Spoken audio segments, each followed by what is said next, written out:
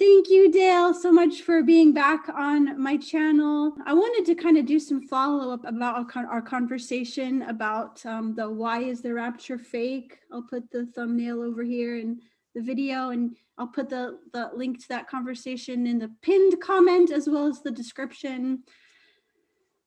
Yeah. No problem. It's a very hard thing to say, like, this is not in the Bible. This is, I mean, it's easy to say that this is not in the Bible, but it's hard to deal with knowing how precious of a belief it is to people and how real it is to them and how it makes up a huge part of their entire lives. It's hard to know what to say to people who are so wrapped up in this, who think that it's so pivotal to faith, and to just have the words to say, like, no, this is harmful. This is not of God. This is man-made theology that is about fear and violence. Yeah, I was just thinking the opposite to what you said as well. It's easy to believe that it is in the Bible. I think it does have its dangerous elements, especially this idea of, some people think we're the good ones, we're saved, and you will burn, you're damned, and all that kind of stuff. So there is that harmful element to it. I think there's also the sense of people are not being realistic with it. This idea that we're going to, get out of here and escape any kind of trouble. I can't see any proof of that in the Bible. But I would also, excuse me, I would also say at the same time, people who do believe in it, I suppose not every one of them is is a bad person or a bad Christian. I suppose it's sort of, are you willing to challenge yourself on what you've always held on to? I think it's like you don't want to start pulling on the string, because once one thing is wrong, because maybe wrong, how much of it is wrong, and that is terrifying. I find with the rapture, the things that follow on from that, this idea of a 7 year of tribulation, and then some antichrist dude is going to come out into power. It's almost like if people believe in the one thing, it connects down to all the rest. And so that was a helpful journey for me, was unpicking each one step at a time and seeing the problems with the process. And something else that came to me about the rapture as well, another danger, a lot of people tend to use it as sort of like warnings of Christianity rather than loving grace. It always has to be connected with messages of warning, a countdown, your time's running up soon, you better, it's a shame that it has to be connected with that as well. Like basically the whole scaring people away from hell rather than telling them about a loving God. Yeah. And the ironic thing is that I even find people who don't believe in the rapture always tend to fall back to that mode of preaching. Why is there always fear and warning rather than love and grace? I would let God do the convicting of sin, and we preach the good news and the grace. Always, it's just sad that it always has to be attached with warning, fear, countdown, your time's running out soon, all that kind of messy stuff. It's been really fascinating to learn about how things have evolved in American Christianity. Like, the Jesus movement was, from my understanding, this time of the kindness and love of God, accepting everyone as they were. But then, as the moral majority, Billy Graham, Ronald Reagan started bringing all this stuff in. Have you ever heard of the satanic panic? No, actually. Oh my goodness, what a wormhole to crawl into, if that's how the expression goes. I can send you a link. I can put a link down below of this video from a creator whose name is Dr. Todd Grande. He talked about it, but it was like people started getting obsessed about demonic, satanic cults that were doing terrible things. And they were like bringing up repressed memories of kids, but they were asking kids, like, do you remember the people with the red eyes killing cats? You know, like they were asking them such leading questions that the kids were like, yeah, I do remember. And people's reputations were ruined, and it was this obsession with anything evil. Yeah, well, It's just this chasing down of evil. And there's been this obsession with, from going to the 50s, of the communists, the godless communist versus the good godly Christians. And so being against communism has been, I feel like I'm getting convoluted over here, but it's all, it feels like this big weird spider web, and it feels like they just started adding all of these things to what it means to be a Christian. yes. Funny enough, where was I reading this, or maybe I commented on it? I was thinking back to the early Christianity, how it was this, very low key underground movement, inclusive of everyone. And then as the centuries went on, it got mixed with the Roman Empire, and that brought it to some level of power. And ever since then, Christianity has suffered by it benefiting the powerful, and it moved away from the weak and the poor where it started. Um, and I think this idea of we compare one country to another, we're better Christians than you are. I just don't think it was meant to be like that originally.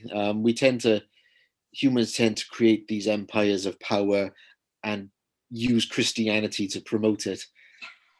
I watched this video about the first Christian empire.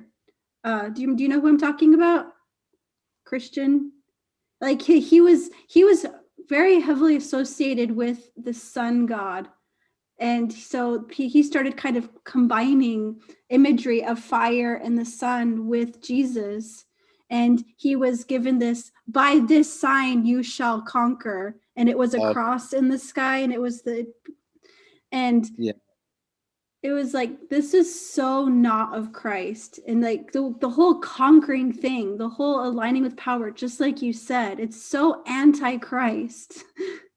Yeah, I think that's the Emperor Constantine, isn't it? Yes, that's it. The first sort of Roman, so-called Christian emperor.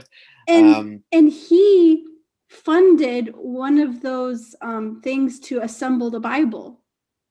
Yeah, Council of Nicea, I believe. Yes, that's it. He funded this. He was heavily into it. And it just makes me feel so icky. Like, people had their own propaganda and power to reach since the compiling of the Bible, which parts to put in, which parts to leave out. Yeah, and of course, the other side of that I find interesting was that most of the New Testament was written in the context of persecution, and all these Christians died, a lot of them in the first early centuries. And then when Constantine sort of put an end to it, I mean, I know persecution is not a nice thing, but I just wonder, the early Christians probably didn't know how to deal with this new side of Christianity where it became the empire's religion. I could imagine there would have been a lot of confusion. And how do you worship Christ now when life is comfortable and when life is rich and wealthy and all that kind of stuff. Yeah. And it feels exactly the same from this to the American Christianity that accepts all of these things that are so about getting power, like all of this stuff about making prophecies come true in Israel. Like, God needs all this help to come back. We need to show that the world is getting so worse and worse that's when Christ is going to come. And it's not getting worse and worse, actually. That's another sad thing with the end time theories I discovered was, why do people assume that the world is getting worse and worse? And I think it's more of a people fixate on one thing rather than seeing the big picture, which is, some things are getting a whole lot better, actually. Yeah. And there's been so much damage. I couldn't even begin to learn all the damage that's been done in the name of God and in the name of Jesus' return and all the stuff to like Palestinian people. because of the fixation on making things happen the way they want in Israel. Yeah, that was brought up in my movie. This idea of, Jesus uh, sort of fulfilled the old covenant, and he was the new covenant, and then the gospel started in Israel and then went to the Gentile world. And as far as I can see, there is no indication that God is going to focus on Israel as the sole people once again. From what I read in the New Testament, God blesses every nation in the world. And so in this end time theory has become very popular that he's going to deal with Israel once again. But I just can't find any evidence of that in Because this it stuff. goes straight back to that vision. Don't call unclean what I've called clean. Yeah. I Yeah, would just absolutely. really love to learn more about the cultural reasons for things in the Bible that can bring more sense, because we only look at things through a 21st century perspective. So things that have been filtered by modern civilization, how do we sort of remove those glasses and put the Yeah. original back on? Yeah, I mean, I think there's just so many examples of that. I think we may have mentioned this in the previous interview, the idea of the role of women in the ministry and the gospel. There is plenty of evidence to suggest that women were powerful apostles and powerful speakers, and yet through, I think, Catholicism and Westernization today, we seem to have this idea that a woman can't teach a man. Well, I just can't see any evidence for that. And in those verses, a woman should remain silent. It also says a man should remain silent in the same verse. So you have to read it in the first century context that it's talking about. And that's just one example. I mean, I think there's just so many times in the Bible where we've done that. We've filtered it to, people almost want it to suit themselves, I find. And Well, yeah. It's all about that power struggle. Like the focus on the nuclear family was all about the husband dominating, and that prosperity being possible at the expense of the wife being home taking care of everything else, free labor. Like, and the focusing on the nuclear family kicked out everyone who didn't fit in, the people who didn't want to get married, the people, asexual, queer, etc. There was no place for them. yeah, It feels relevant to the conversation because it's all about assimilating to the power structure that is, and calling it Christianity, calling it the best version of Christianity. I find just so many people want to, yeah, find the best version. That's a good way of putting it. Find the best version of Christianity. I do think, though, the church is going through a challenging time because I think they're going to, they're having to think about issues like homosexuality and think about, it's not just as easy as saying a person's wrong for doing that. They need to consider the things like, are you made this way? Are you born this way? Is this something you can control? And I think just a lot of Christians have been so naive and one mind focus on this that it's so wrong to make the quick judgments. I mean, I think maybe the older generation hasn't thought about it as much, but I think in the new generations come up, we can deal with these issues in a very healthy way. I hope Yeah. and pray. Um, I'm actually editing a conversation about from a queer pastor talking who's spent his life studying how the Bible's been twisted and taken out of context in mm, regards to silencing and oppressing LGBTQ people. and the other annoying thing with that also is people point to one verse. They'll use the one in Romans chapter 1, verse 19 or Mhm. whatever it is. It's They'll about say, idol worship. yeah.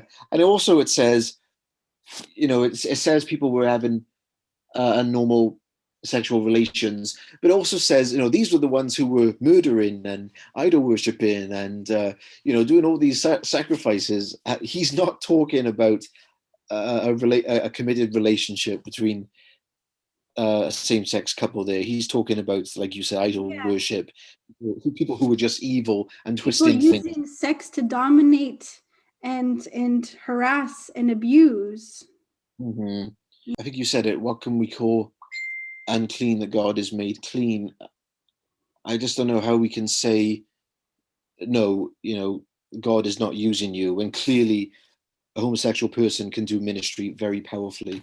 I feel like I imagine this wall behind me with the strings going forth, and this is Constantine's connected to this, it's connected to Reagan, it's connected to Billy Graham, it's connected to the oppression of gay people. Like, Yeah, I think it's probably talking about, because end time fits into this, talking about modern westernization lens on the Bible and how it's yeah, changing it and twisting it from the original it's meaning. it's this version of Christianity that is so cold, that is so and so convinced of how on fire they are.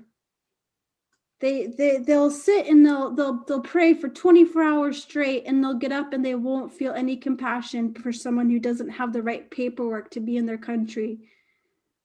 Mm, That, yeah. like, what's happening? My dad always said, like, I don't care how long a person's laying down at the altar, I care about what happens when they get up. And like, Yeah. I was never slain in the spirit. I felt people pushing on my head, but I was like, no, you're not going to push me down. If it's going to happen, it's going to happen. And it's just like, I feel like so many people have just spent their lives playing church and hating the right people and believing the right things and saying the right things. And they're just leaving the church in droves because there's nothing keeping them there anymore. They can't pretend anymore. Yeah. You made an interesting comment that got me thinking as well. Um, that we tend to put people in boxes and they need to tick the correct boxes in order to be the complete Christian. Um, you know, it's it's not as simple as you need to just change your way, is it? Or you need to alter your mode of thinking when you were made that way, or your experience in life has, led you a certain way. I just really think a lot of Christians need to get out of this tick boxing mindset of, You got to oh, speak the Christianese. yeah, well, the Gotta, Holy Spirit will convict, he will do the changing. I'm like, well, is there anything to change sometimes? yeah. It's so easy to go through the motions and play the part of a good evangelical Christian. Mm, And one of the big things of being a good evangelical is just being rapture ready. What does that mean? Like, how many people live in fear of, oh no, if I sin and then the rapture happens and I haven't had a chance to ask forgiveness, am I going to hell? mm, yeah, that constant um, beating yourself up, and we almost, we just need to remember that verse of, I am the Lord who remembers your sins no more. you know, Mm. It's he comes in to bring peace. like another huge thing of the modern Christianity is this obsession with sex, purity culture, this like men can't help themselves, so women, you have to watch what you're putting on, because if you wear the wrong thing, it's your fault for causing him to stumble. And while I'm not going to go around in 2 stars and a stripe, like, obviously there's a respect of a certain degree, but like your poor wife being expected to wear turtlenecks in Covenant Players, some ladies just can't help it. It's there. Yeah, and the other thing that got me thinking with that is, oh, this annoying thing that Christians do, which is make that category of sin worse than any other. Yeah. I came up with an interesting example in my mind the other day. what would be worse, like a minister who was caught having an affair, or a minister who had anger issues and punched a glass wall? Which one would the church react hotly to? And that kind of got me thinking how we isolate one sin more than the other. Mm-hmm. That we need to sort of think of ourselves as whole people, don't we? And try to deal with each part of our lives with integrity, and not make try to make one thing a big deal out Yeah. than another. And You know? fill people, just heap shame on them for their natural inclinations, straight or gay. Like people's feelings, people's desires don't make them bad. To just like constantly feel ashamed for the thoughts in your head. Mm, yeah. No, it's really interesting, Katie. Yeah, you may find this interesting. I'm sort of going into the process right now of going into ministerial, pastoral ministry, and I'm very much on the same page as you. I want to fight and stand for these things, but I know I'm going to be ministering into a context that believes these things and operates in this way. So how can I break down walls and barriers in a humble, loving way? So it's going to be an interesting time, no doubt. Yeah. It's kind of like knowing who you are talking to. That Pastor Jeff, the queer pastor I met on TikTok, who's standing up for the truth and talking about the Bible being taken out of context, is like, I'm not here for the people who are totally closed. I'll I'll do two comments with them and then I'll let it go. Because if I can't say it in two comments, then in two responses, we're just going to argue for days. And he's like, so he's there for the queer Christians who have been told that God can't use them and they're disgusting. And he's there for the people who are ready to have their hearts open to the fact that God might have made them the way they are. Yeah, I really appreciate that and respect that. I think that's um, an amazing way to be. I mean, I probably may get into that mode of I need to fight for these positions and defend for these positions, but if a person's not going to listen, there's just no point, really, is there? I mean, I think something like my film would maybe get people to engage with it on a deeper level, but it's up to them if they take it away or not, really. They Really, change it. really hard because you got to know how much are you willing to water down to keep the most people happy. It sucks that pastors have that it has to be a job that they have to be dependent on saying what the congregation is willing to listen to so that they will pay him. And if he doesn't do, or she doesn't say what they want them to hear, then they can just fire them and get someone in who will say what they want to hear. Yeah, Sucks. got to find a way to um, speak honest, and I just hope my approach could be, look, I've looked into this. I'm not saying I've got all the answers, but this is the sort of conclusions I'm coming up with. I'd like to share them with you. I hope I can just be as humble as that, and hopefully as brave as that as well. Yeah. you know, Standing at the pulpit, everyone looking at me, promoting these ideas that are different to them, and It's like I know that I have plenty of family and friends that are utterly shocked and disappointed in me. But then I'm disappointed in them. I'm disappointed in them for thinking that Trump still won the thing after he very clearly didn't. And that they're sending me links of people who prophesied that he would. Like, I'm not going to watch those links. I don't believe in any of that crap. And I don't want to be associated with it. And I just like, I want to edit these videos. And even when I'm scared to hit upload, because like, here it goes, more of the truth of the horrible liberal person that I've turned into is being put out there. I mean, another thing that came to me the other day, and you may have come across this as well, how disturbing it is that so many Christians out there want hell to be real, want tribulation and war to be real. I'm just like, why on earth do you want to believe that? Um, you know, it's almost like they want to put the guilt on people. Yeah, I remember. I'm ashamed of what I thought and what I said when I was evangelical, because I was there thinking like, yeah, I hope I get to see when that person sees the truth and sees that they were wrong. I want to see them kneel before God in pain and misery, like, oh, it feels so icky now. Yeah, and I think, I mean, I'd have to put my hands up and say I probably, in my previous years, been in that same boat of want to get my revenge, and that will give me, the peace of mind that I got my revenge. Mm. Yeah, it's yeah, it's scary that Christians hold on to that more than forgiveness and grace. Mm. It's like, Yeah, which character do they associate themselves with when they read the story of the prodigal son? Because yeah, yeah. who is the bad guy here?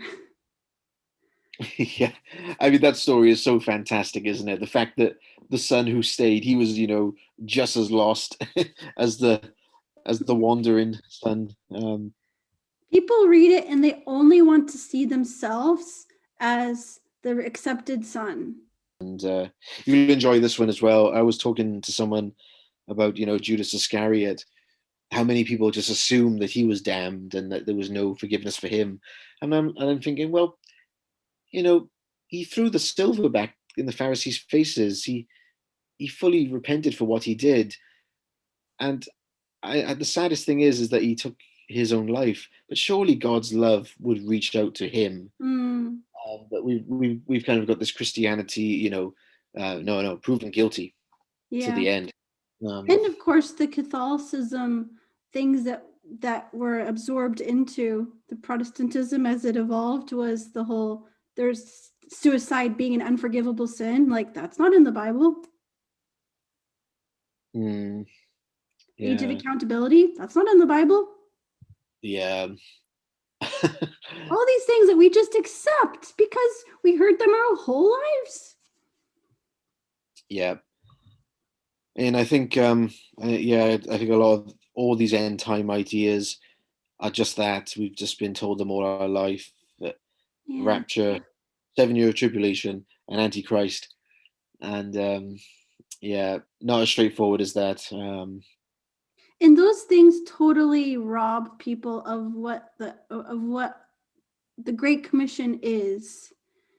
And being so disappointed about all the things that have been lies and all the ways that I see evangelicalism just pushing people in this little bubble, this little universe of speaking the language and being good enough. My motto has always been just start where people are, whatever their belief or philosophy is. I'd love to hear it, and go from there. I just think that's another mistake I think Christians make is we have a contract form that's written from A to Z. This is how you read it out, and we think every person can fit into that contract. Mm. But there's no people don't look at how unique people are, and that every story is different, every country is different. Um, I just think there's no such thing as a contract Christianity. It's like I'm going to say very briefly about Covenant Players not being a perfect organization.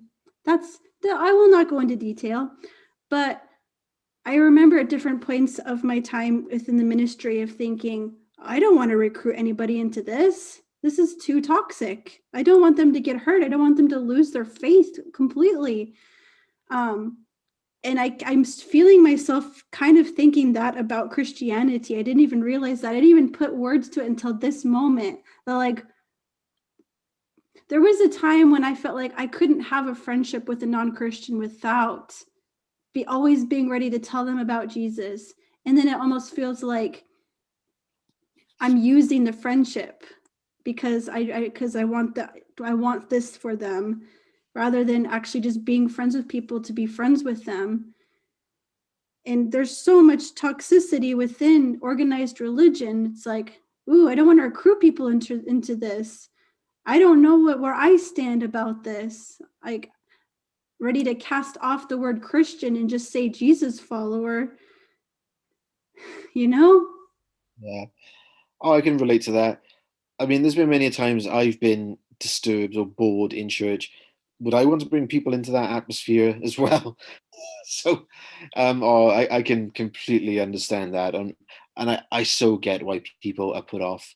I think a lot of people have got a lot to answer for. Yeah, we've just got to find a way to find what's the word? Not forgiveness.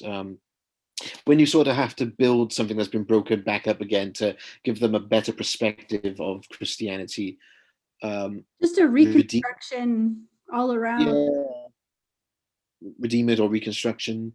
Yeah. Yeah, Jesus was the most anti-organized religion person. yeah, they just took yeah, they took this simple, obviously it wasn't simple-minded or anything, but he lived a simple life.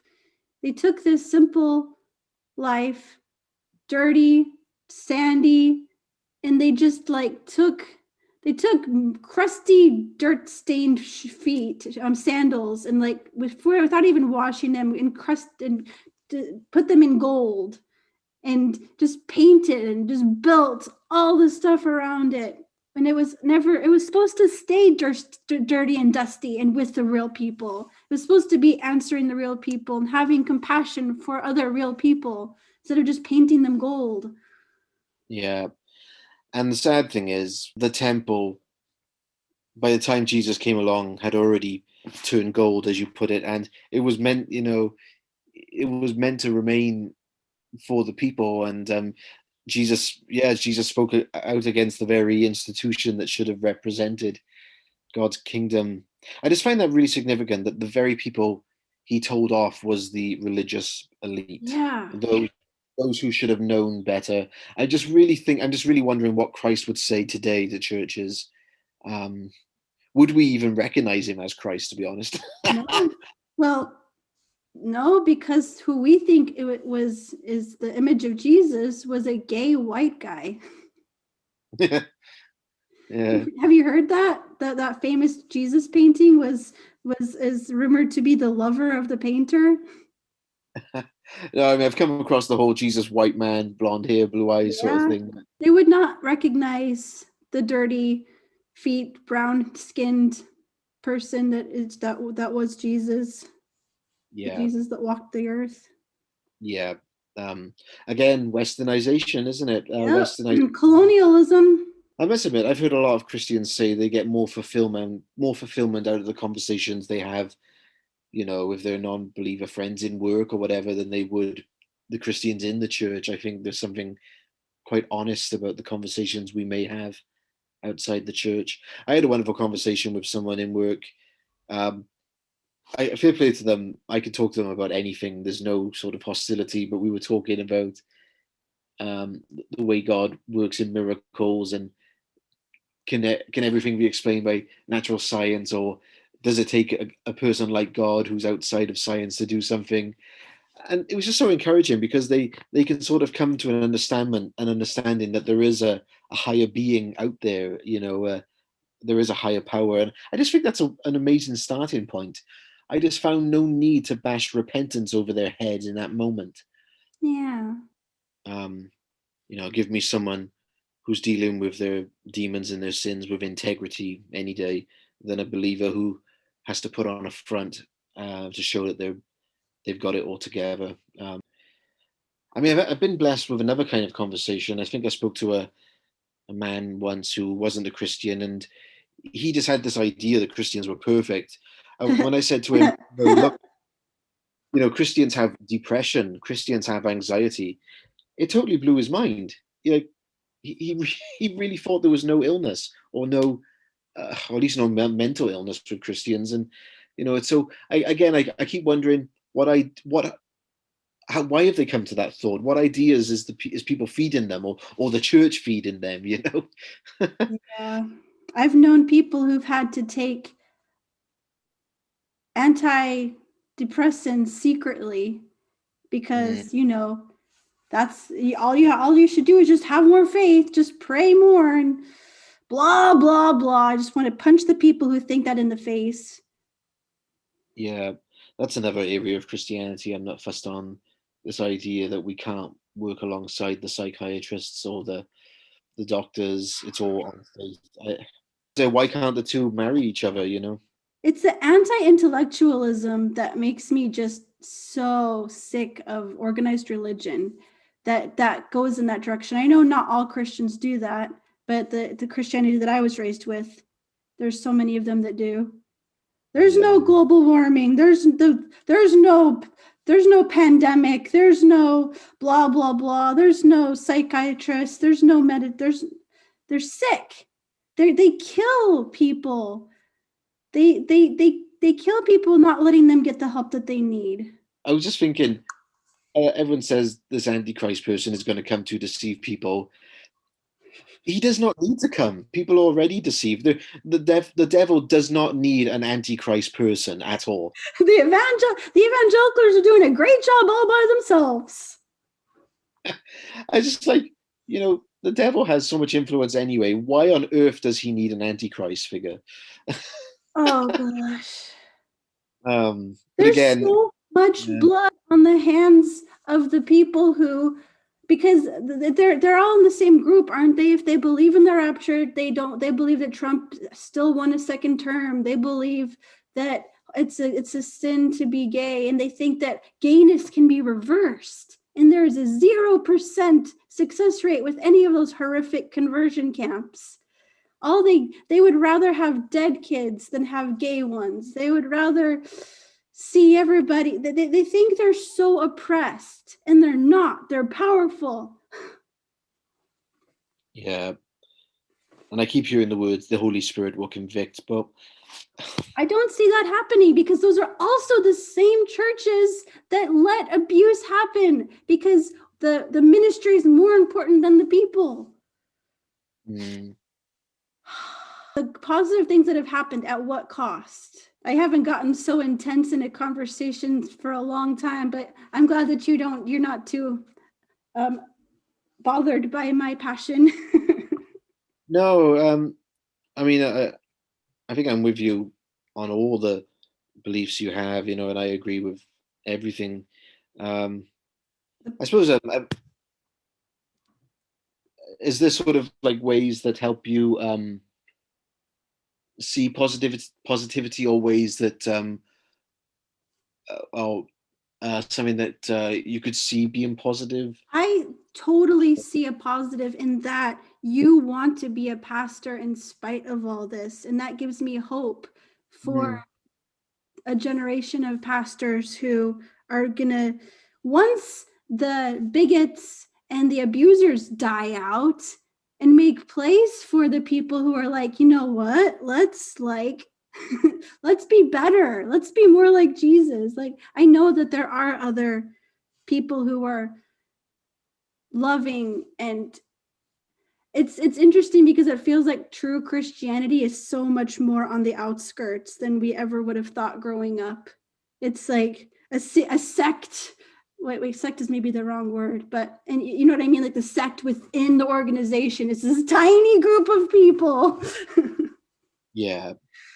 Who dare to love, who dare to not want to scare people, to dare to not want to scare people into hell. Yeah. You may find this interesting. As well as my end time film projects, I've also been reading through the book of Acts. And I was sort of like, as a minister in training, how we do with Acts, we sort of take notes on, okay, how did they do it back then? What methods did they use? I discovered to my amazement that the word hell is not mentioned once there. The word perish is there once, but that's the story of, I think, just Simon the sorcerer, who thought he could buy his way into heaven, basically. But apart from that, the apostles never ever started from a framework of warning, then grace. People always seem to think, oh, let's make them feel bad about themselves, then we'll give them the good news. I'm like, no, wait a minute. I thought it should be good news, good news, good news. And the other thing I've discovered is that they focused more on the resurrection than they did the crucifixion, because how many times is the crucifixion used as, he died for you because you're so bad and you need to turn back right now. It's often used from that angle. Whereas I was thinking, yeah, if you start from the resurrection, that opens a whole new spectrum of looking at good news. Of course, you bring the crucifixion into it, but so yeah, just to give you a bit of a taster, I've been thinking about that lately. Oh, that's really cool. I've been in a time of having my palate cleansed of junk. And like I've been feeling this kind of freedom that God is there and he knows that I don't really feel very trustful of him and his people. I'm just like, I know you're there. I want to believe you're good, but and I feel like that's okay. And so it's like eventually I will I won't feel so bitter, and I like I don't even want to listen to a pastor if they're homophobic. I don't, and like I just like got rid of a bunch of my old books that I've had in my life for 12 years. It's like nope, nope, nope.